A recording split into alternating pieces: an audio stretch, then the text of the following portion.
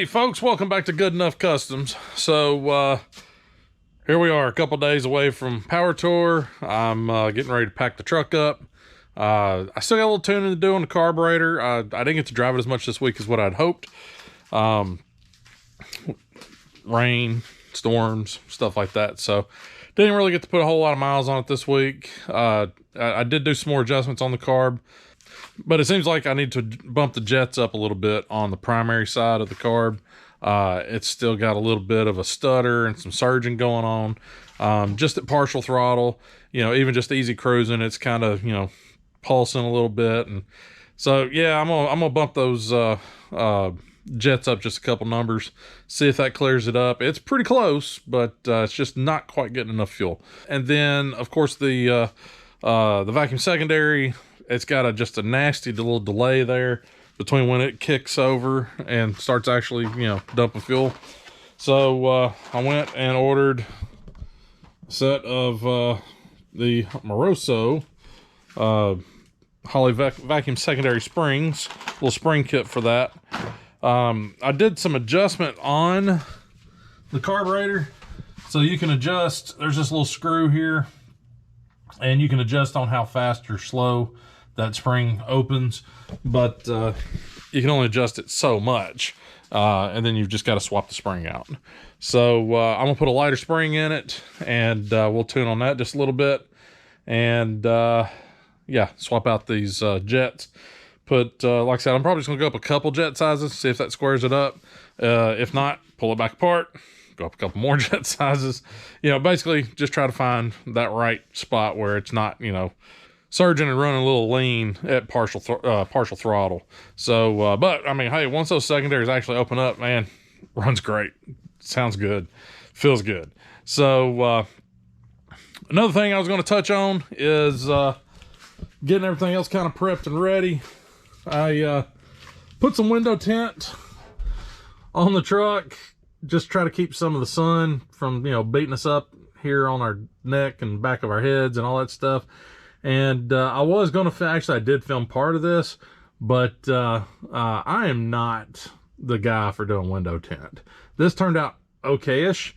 There's a few spots where, some debris got on the tent, so I've got a couple little spots, and those are eventually going to bubble. You can kind of see I got a couple miscuts up in here, same thing on that corner over there. There's a few little bubbles down low and on some of the edges and stuff like that. I did actually film this, but to be honest, it kind of looked like a couple monkeys getting very amorous with a football. It was it was not good.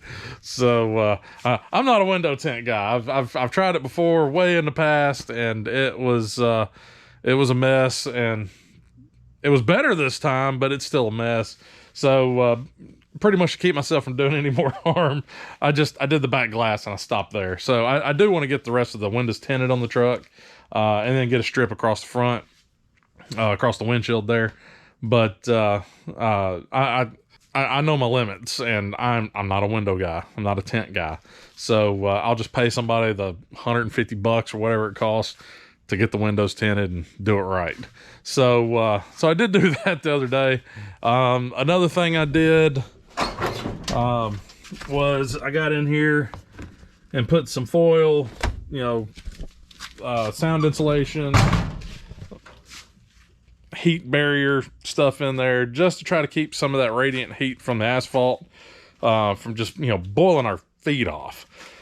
So I got that done. I got that rear glass tinted. Kind of wanted to do a little more tint, but like I said, I know my limits. I'm not going to go any further, because now I'm going to have to pull that tent back off whenever I go to take it to actually, get it tinted, if that day ever comes, whatever.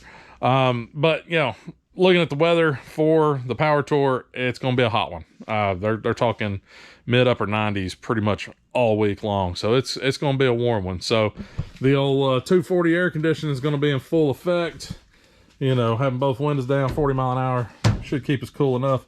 This vent window works just fine. That one falls out if you try to open it. I haven't fixed it, mainly because I don't want to take the door apart to put another window in it. I've actually got another set of vent windows. I kind of want to rebuild them first before I go tearing it down. And vent windows is not one of those things that you know, just, I think I'll swap it out really quick. No, it's a pain.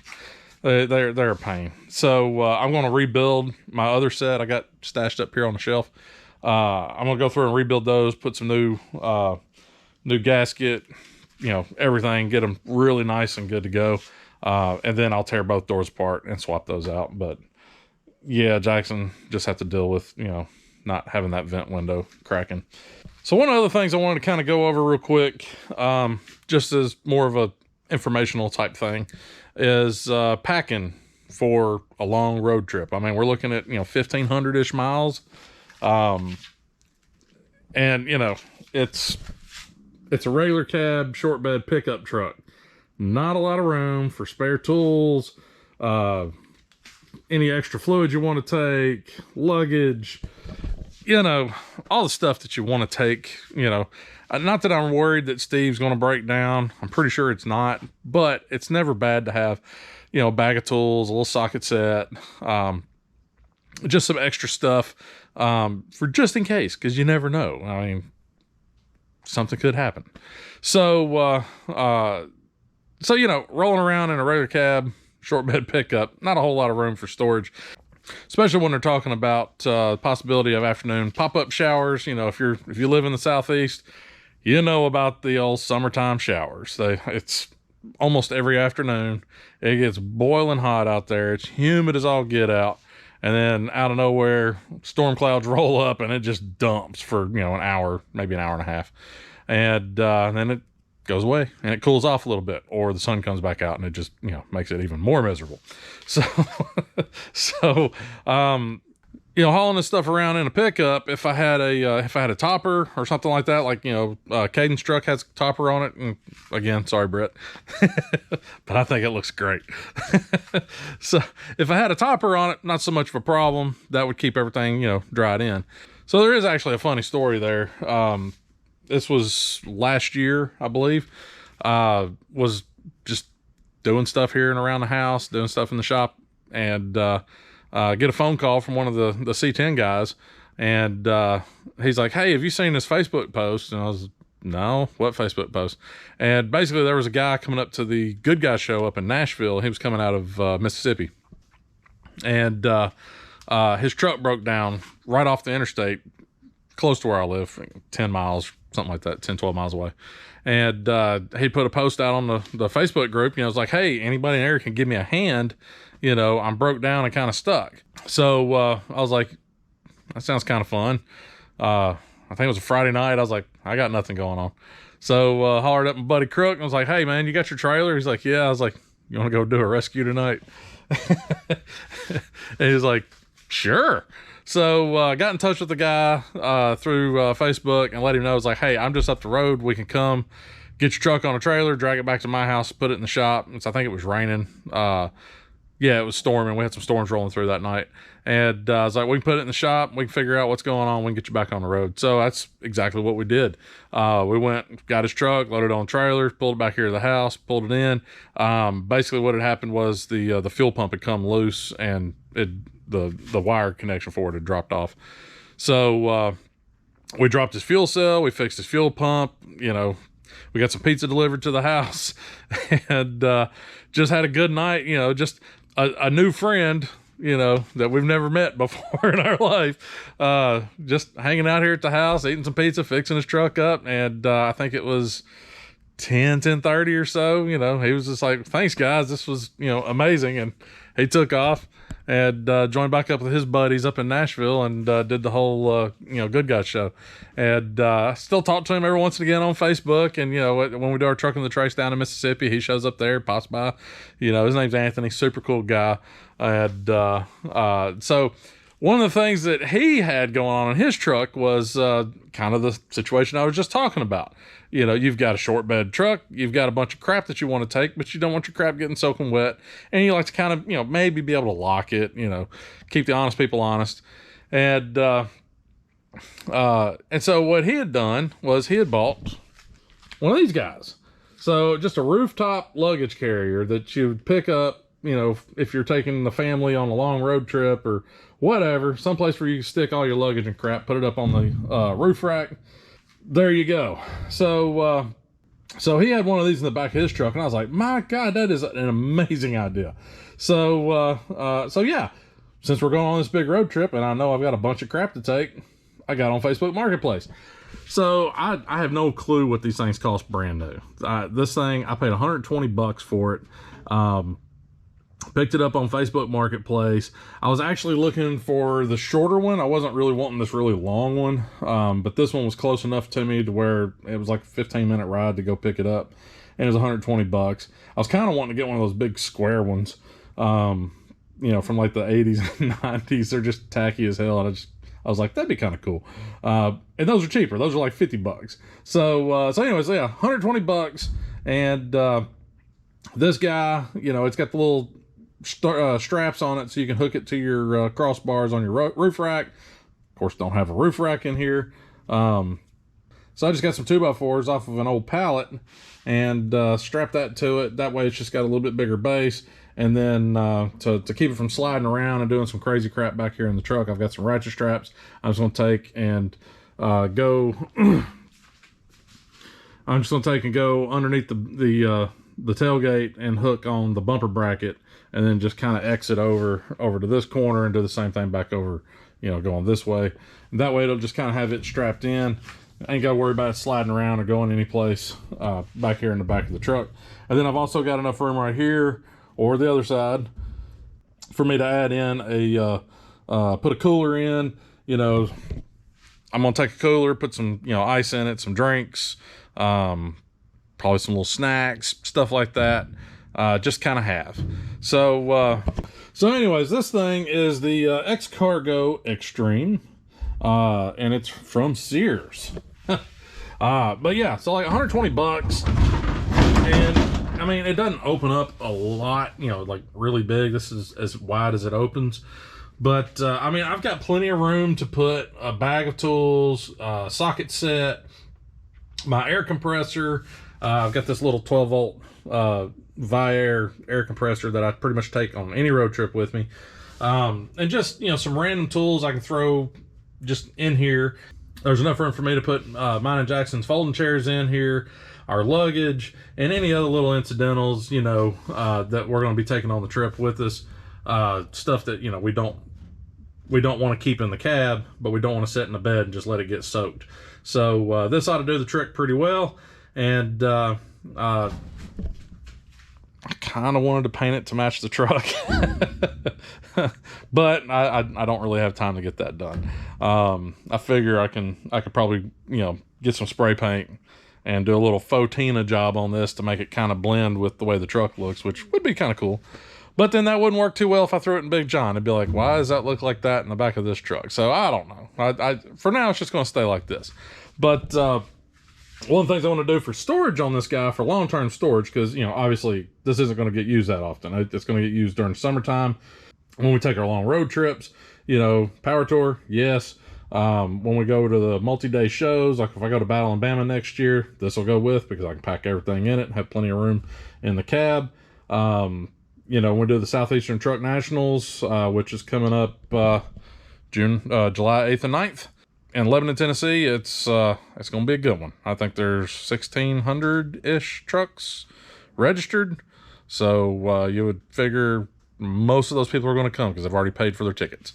And if you're in the Southeastern area, you need to go check that show out. It is awesome. Like I said, around 1,600 pre-registered trucks right now. I think I've gone the last 3 years. I don't know. I got my stickers on the windshield. Yeah, I've gone the last 3 years. So that was, I don't know what year. That's 2019, 2020, 2021. I haven't put my 2022 sticker on just yet. But going the past 3 years, going again this year, and it's a great time. I mean, it's, you know, tons to see. You can't see everything. There's so much to see out there. Lots of vendors in the vendor row area, plenty of food trucks, lots of people, lots of good folks, you know, just kind of hanging out. We usually take, Crook's got like a 10 by 20 tent. We put that big old pop-up up. We put a couple tables in there. We kind of hang out in the shade. I usually bring my little grill, and for lunch, we'll cook up some hot dogs or some burgers, and actually for breakfast too. I'll bring my little cast iron skillet and do some bacon and eggs, and we'll do some little burritos and stuff like that. Although this year I may change it up a little bit, but so you know, you don't have to just come and eat from the food trucks, because it gets a little pricey hitting up the food trucks all the time. But that's just what we do. And it's just a good time. Hang out, chill out with some of your buddies that you don't see very, very often, and walk around and see a lot of cool old trucks. Now, that is a Chevy only truck show, or a Chevy truck only show. So it's Chevy trucks everywhere you look. And I think there's no age limit on the trucks. I think it's pretty much, if it's a Chevy or GMC pickup truck, it can get in there. But it's a great show. I highly recommend it. Go check it out. So anyways, getting back to this guy, one of my thoughts was, I didn't want this thing just, you know, flopping around back here. So that's why I put the 2x4s underneath it. I did go and pick up a couple eye bolts, so I could just put an eye bolt in each one, you know, each side of the 2x4s on here. And then I think I'm going to take and put me some chains up right up there. And then I can just hang this guy right up there whenever it's not in use. And it'll just sit, you know, I can put it, you know, what's it, 24 inches. It'll hang down. So 1.5 feet, 2 foot, it'll hang down. So I may end up having to move that top row of hubcaps there. But yeah, it should fit in just fine up there. It's out of the way. Don't have to worry about it. But that's kind of what my thought was. That may change. I don't know. So some of the things that I'm definitely going to be taking on this long road trip. I'm not really taking the socket set. I was talking to Crook last night about it. He's bringing a pretty good sized tool set. So I'm not bringing as many tools as I usually would. But I do have, like I said, here's my little 12-volt air compressor. It does great. I actually bought that back when I was doing a bunch of Jeep stuff, and I used that to air up my tires after I did a day of off-roading.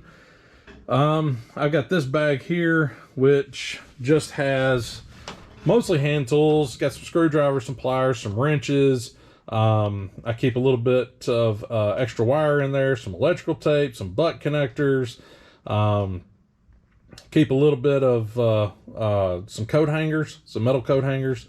Funny story about metal coat hangers. Them darn things come in super handy.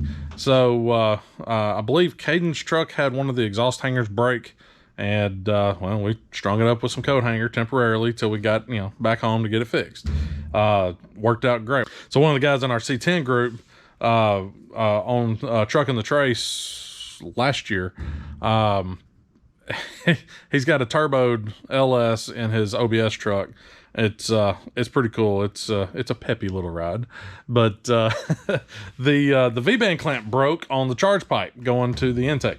So we were at a gas station, and he was like, "Truck's running a little weird." Popped the hood, looked. It's like, well, crap, you're losing all your, you know, boost right here. So Crook's like, "Hey, don't you have a coat hanger in your truck?" I was like, "Yeah." He goes, "Yeah, we'll grab a coat hanger and a couple pair of pliers, and we'll get him fixed up." So basically took the coat hanger, hooked both sides of the V-band clamp, and then just twisted it until it pulled the V-band clamp good and tight. And hell, he ran that thing for like 6-8 months. You know, it's like, "You still running that?" He's like, "Yeah, I mean, it's working." So he did eventually fix it and put a new V-band clamp on it. But yeah, he ran for like 6-8 months with a friggin' coat hanger holding his, you know, charge pipe together. So you know, just taking some little stuff just to kind of make sure that you can kind of help yourself out of any situation. You know, MacGyver some stuff if you have to, just to at least limp you to a parts house or do something to get you off the main road, or at least get you to a parts house or something. So I'm not taking a ton of tools, not taking a bunch of extra parts. Like I said, I got some wire, got some coat hangers, some electrical tape, some butt connectors. I do have a tire patch kit, or a tire plug kit. I think it was last year on a trip to Battle, Alabama. I ended up catching a nail or something somewhere in Birmingham, and I had to plug a tire, you know, as I was going down there. And I actually couldn't find my plug kit. Whenever that happened, one of our other guys had a plug kit, so we used his. But I did verify I've got my plug kit in there now. So I've got my plug kit. One thing that's often one thing that's often overlooked is sunscreen. you know, if you ain't got window tint and you ain't got air conditioning, you're going to have the windows down. You're going to have your arm hanging out the window, and you're going to get burned. So take some sunscreen. So I've got some sunscreen. Let's see. I've got my chairs. They are right there. And let's see. One other thing I am going to take, not necessarily because I'm afraid that I'm definitely going to need it, but it's never a bad idea to just take a few extra quarts of fluids with you. So I'm actually going to take a gallon of water, just a gallon water jug, or I may end up taking, I've got a 5-gallon, water jug cooler thing. I may end up taking that. I'm not sure yet, but I will at the very minimum take a gallon jug of water because, hey, if you blow a radiator hose or something like that, or you get a hole in the radiator, you need something to, pour back in it. Gallon of water will take you a good long way. So, I'm just going to take a gallon of water. And in the worst case, hey, you're really thirsty, you got a gallon of water, you can just drink it. I'm also going to take a quart of motor oil, definitely a can of brake clean, because that stuff's like the MVP of the shop. I just use it for everything. So a quart of motor oil, some brake clean, a gallon of water, and probably a quart of training fluid. And I'll probably have to stop and buy just a small thing of brake fluid, because you never know, So just some spare fluids, and I'll be bagging all that stuff up so it doesn't leak inside here. So all that stuff will get put in a box, and that box is going to get put in a bag, and it's going to be set in here. Then I'll put my luggage in here and all that other stuff, and we'll be good to go. So little tip for you on that stuff. As far as packing stuff, you don't want to take too much, and you definitely don't want to take not enough. Yeah. So I guess I'm going to get started here. I'm not going to worry about packing all that stuff up till tomorrow. But by then I'll have already edited this and gotten this, ready to go for Monday. So I'm not going to worry about filming, packing all that stuff up, because we're not packing till tomorrow. So I guess right now I'm going to get started on doing, switching out the jets and pulling this vacuum module thing off so I can switch that spring out. And, I guess I'll catch up with you guys here in just a few. Well, all right, folks. So, when it comes to changing out jets on these Holley carbs, just in case you don't know how they all work, the jets, you got to pull the front bowl off for the primary. The secondary, this is a vacuum secondary, so it doesn't actually have a metering block back there, because that's what your jets are actually in. Like, this is the bowl, this piece right here is the metering block, and then you have the carburetor body. So so you pull the bowl off, you get to where the metering block is, and your jets will be down here, and you just back those out. And then on the jets, there's actually written a number, and I don't know if it'll show up on camera because it's freaking tiny, but you can see, like, there's a number there. I believe that says 92. Yeah, 92. I mean, that's a big jet. I'm not going to a 92. I'm not sure what my truck has in it right now, but so what I bought, and I bought this a while back, is this Summit. It's just a jet kit, and it shows all the different jet sizes it's got, and they're in their corresponding little slots in here. And be careful if you buy one of these, because if you drop it and those little guys go everywhere, yeah, you're gonna have a time picking them back up and making sure everything's organized. So we just got to pop this bowl off, and I believe they were 3/8 bolts. Yep, little 3/8 bolts. Just turn them loose. So I've already got gas draining out. And I'm just gonna let that sit there and drain. I'm gonna get a couple more paper towels. So our bowl is off and out of the way. So now these two guys right here are your jets, and then this guy right here is your power valve. So yeah, so this is your power valve, and that right there that you're looking at is the back side of this guy. So, and it opens up with the vacuum of the motor. This one's set at 6.5. They say you want to go about half of what your total vacuum is. So this is at 6.5, which would be pretty good on most normal, motors pulling you know, 12, 13, 14, 15 inches of mercury. Since this one's pulling 20 to 21, I think that one, I want to say that one's a 9.5. So I changed that out a long time ago. Now they also sell a special screwdriver for pulling these out, but if you have a nice flat tip screwdriver that's fairly wide, you can get in there and you can get these guys to crack loose, and then you can just take them out by finger. Yeah, that's definitely going to be too small. This is a 64. Yeah, that guy's a 64. I don't know if y'all can see that or not, but it's right there. It's either that or it's a 79. It is hard as hell to see these things. So yeah, so we're going up to a 68, which isn't a huge jump. I mean, we're 4 number sizes up, but it's not a huge jump. So we're gonna run a 68. I believe this carb came with a 70, mainly because I have 470 jets in here. So I'm guessing this carb came with a 70, and if I remember correctly, because I put it on this motor to begin with, and it was just a little too much. So I'd actually backed it down quite a bit, and I'm not sure if when Crook was using it, if he rejetted it down to the 64 or what. Honestly, I'm not sure. So I'm gonna hit it to a 68 and let's see what she does. Now, one thing that I have discovered with these carbs like this that have the little fuel stick, feeds the front and rear floats, or front and rear bowls, is this little gasket guy right here. You're going to want to pull it out because it's going to stick in one end or the other. You're going to want to pull it out and just stick it, go ahead and get it on that stick, and then let it seat itself that way. Otherwise it's going to leak. The other fun part of this is getting the accelerator pump arm and everything just kind of lined up.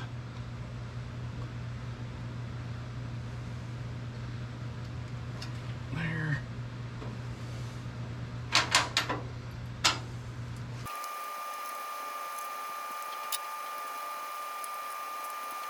All right, so carburetor is re-jetted. So we got that all jetted, we got that all put back together. Everything's good there, should be at least. The next thing that we need to do is make a change to the spring in our vacuum secondary actuator module thingamajig doohickey. So, in the last video I said something about, you know, you can adjust these, you know, by running the screw in and out, doing a couple things. I couldn't remember which part was what, just, you know, off memory. So I was thinking the choke for some reason. But the with this guy, you can actually change the rate that spring reacts by adjusting the screw in to make it slower or pulling it out to make it faster. This guy's all the way out, so that tells me we need a lighter spring. So got to pull this guy off in order to take this top piece off. And the best I can tell is we've got a bolt here, or a screw there, another one down in there, and then we'll just pull this guy off down here for this linkage, and that should allow me to bring this guy out and take the 4 off on the top, take that out, and put the new spring on it. And also on these springs, they are color coded. I haven't opened the package up mainly because I don't want to lose any of the springs just yet. That's gonna happen. I'm gonna end up losing every damn one of these springs, except for the one that's in the carburetor. Guarantee it. So these guys are color coded. You can see we got a red one here. That one is no paint. That one's a black one. That's a yellow. There's a white one. There's a purple one. Yeah. So all those colors mean something, and I can't remember what the order was, but Moroso was nice enough to give us a little QR code here. So pulled it up on their website, and here you can see springs from lightest to stiffest. White is going to be the lightest, orange, yellow, purple, steel, brown, and black. So that's all of our tensions on that thing. So over here on number 7 is going to be your stiffer spring. Over here on number 1 is going to be our lighter spring. We already know we need a lighter spring, so I'm just gonna go to the light one. And if it's too light, we can always switch out and go to the orange spring. So I'm just gonna say screw it and just jump right in, both feet straight to the lightest spring. Mainly because, you know, you want that secondary opening up quicker. Why don't have a lighter spring? Make that thing just snap right open. So so that's what I'm gonna do, and I'll catch back up here in a minute. All right. So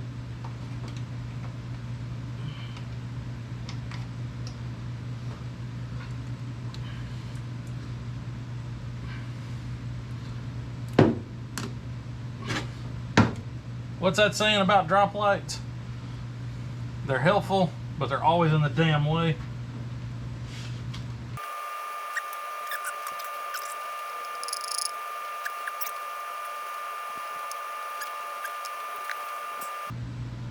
Gotta take the whole damn choke assembly off. Isn't that fun?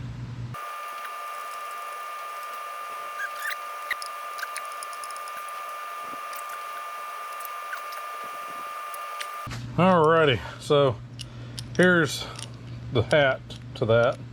So I went ahead and ran this screw on in, since, you know, literally it was about ready to fall out.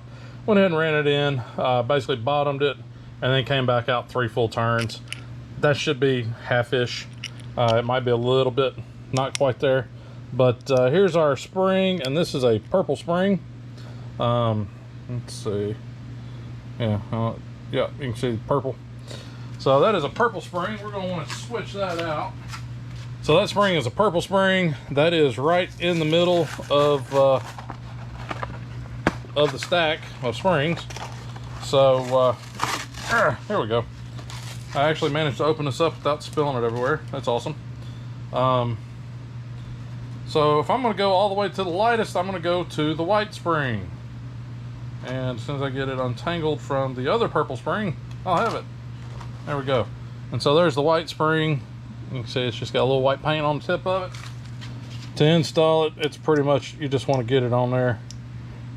Get it on that little dimple thing. And pretty much do the exact opposite of what you did to get it put on there, get it taken off. So, all right, well, there we got it, folks. Got some new jets in, got a lighter spring in the vacuum secondary actuating diaphragm thingamajigger my bob. We went up 4 jet sizes. So I guess now what I'm gonna end up doing is getting this truck fired up, letting it warm up, and then readjust the carburetor, make sure I get that idle circuit just right so I didn't run it too rich at idle, and also double check for leaks, make sure nothing over here is leaking. And then once that's done, I'll take it out for a little test ride.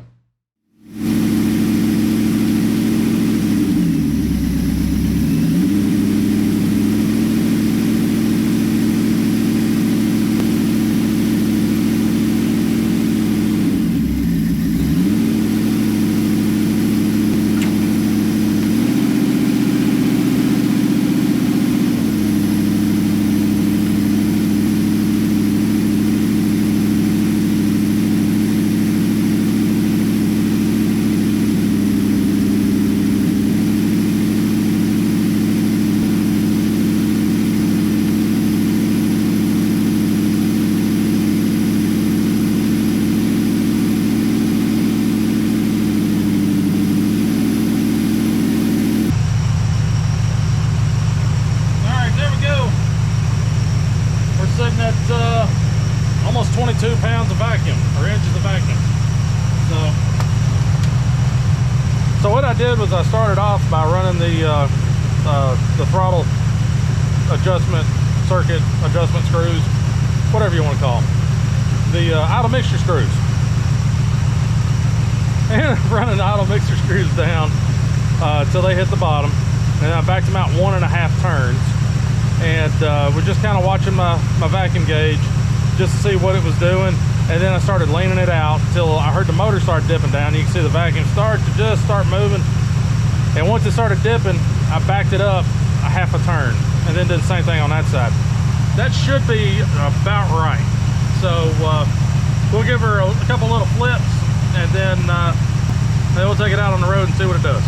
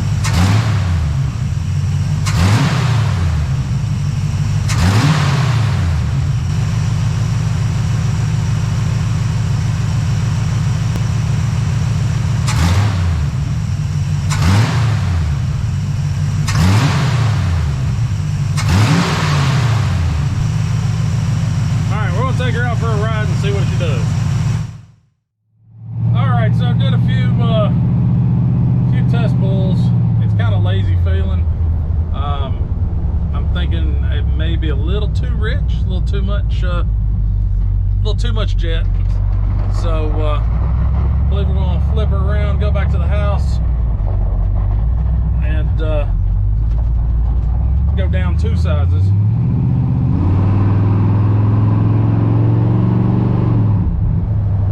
I mean, the good thing is it's not falling on its face and, you know, sputtering and surging and everything like that. It's really lazy feeling. So I think it's going to be just a little too rich. It was definitely a little bit peppier with the 64 jets in it. So the 68s may be just a smidge too much. So I'll kick it down to the 66. We'll see what it does then. Make sure it doesn't surge and, you know, do all that fun stuff. And as long as that feels good, then we'll run them. If not, feels like it might be surging a little bit, we'll kick it up to the 67. So this is kind of the name of the game when it comes to tuning on these carburetors. You know, especially for a novice, I don't do this that often. So you know, some guys will be like, oh well, you got this kind of motor, you're running this and this and this. Yeah, you ought to be all right with a number 70 or, you know, a 68 or a 67 or whatever. So I'm not one of those guys. I'm, you know, like I say, I don't do this very often.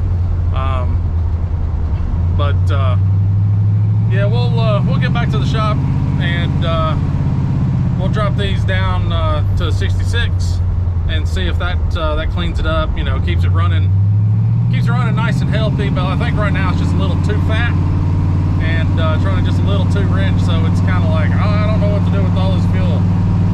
So we'll do all that and then I'll catch up here in just a moment.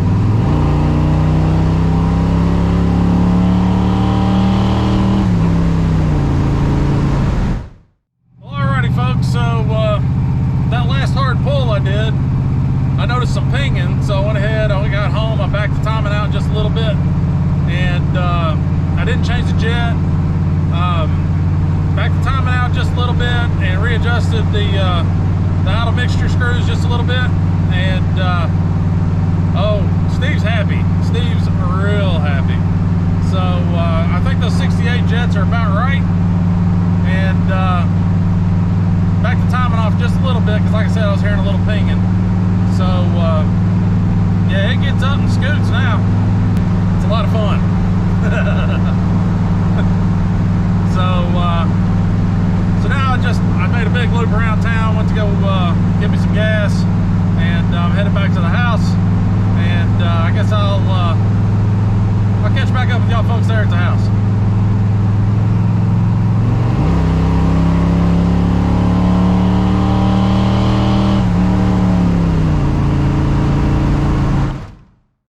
All right, folks, there you got it. Steve is pretty much ready to go. Like I said, I'm gonna get all my packing done tomorrow, so, you know, I'm not gonna film that because I'm gonna get this edited so that way tomorrow I can take my time, make sure I don't forget something, get everything packed up and ready to go, because we're leaving at the butt crack of dawn on Monday morning, headed out to good old Memphis. I guess we'll pick it back up there. So yeah, Steve is good to go, ready to rock, and it is peppy as hell. And I think the only thing I really got left to do prepping for the trip is I'm gonna put another coat of Rain-X on the windshield, because, you know, I don't have any wipers, and I'll put another coat of Rain-X on the windshield, and that's pretty much it. So y'all guys have a good one. I do appreciate you watching. Look for more Hot Rod Power Tour stuff coming up this week. Don't know if I'm gonna be able to or not. It really depends on how busy we are, how late we get in, you know, internet access, all those fun things. I'm gonna try to upload one maybe midweek, just kind of a, you know, running thing. Try to throw one up there midweek or so, and you know, otherwise I'll see y'all guys next Monday. You know, like I said, no big promises on a midweek episode. I don't really know what to expect. So so we will definitely see y'all again next Monday with a recap of everything that we're doing on Hot Rod Power Tour. I do appreciate y'all guys watching, and be sure and hit that like button if you haven't done it already. If you got any comments, questions, whatever, throw them at me. If I don't know the answer, I can try to answer the question.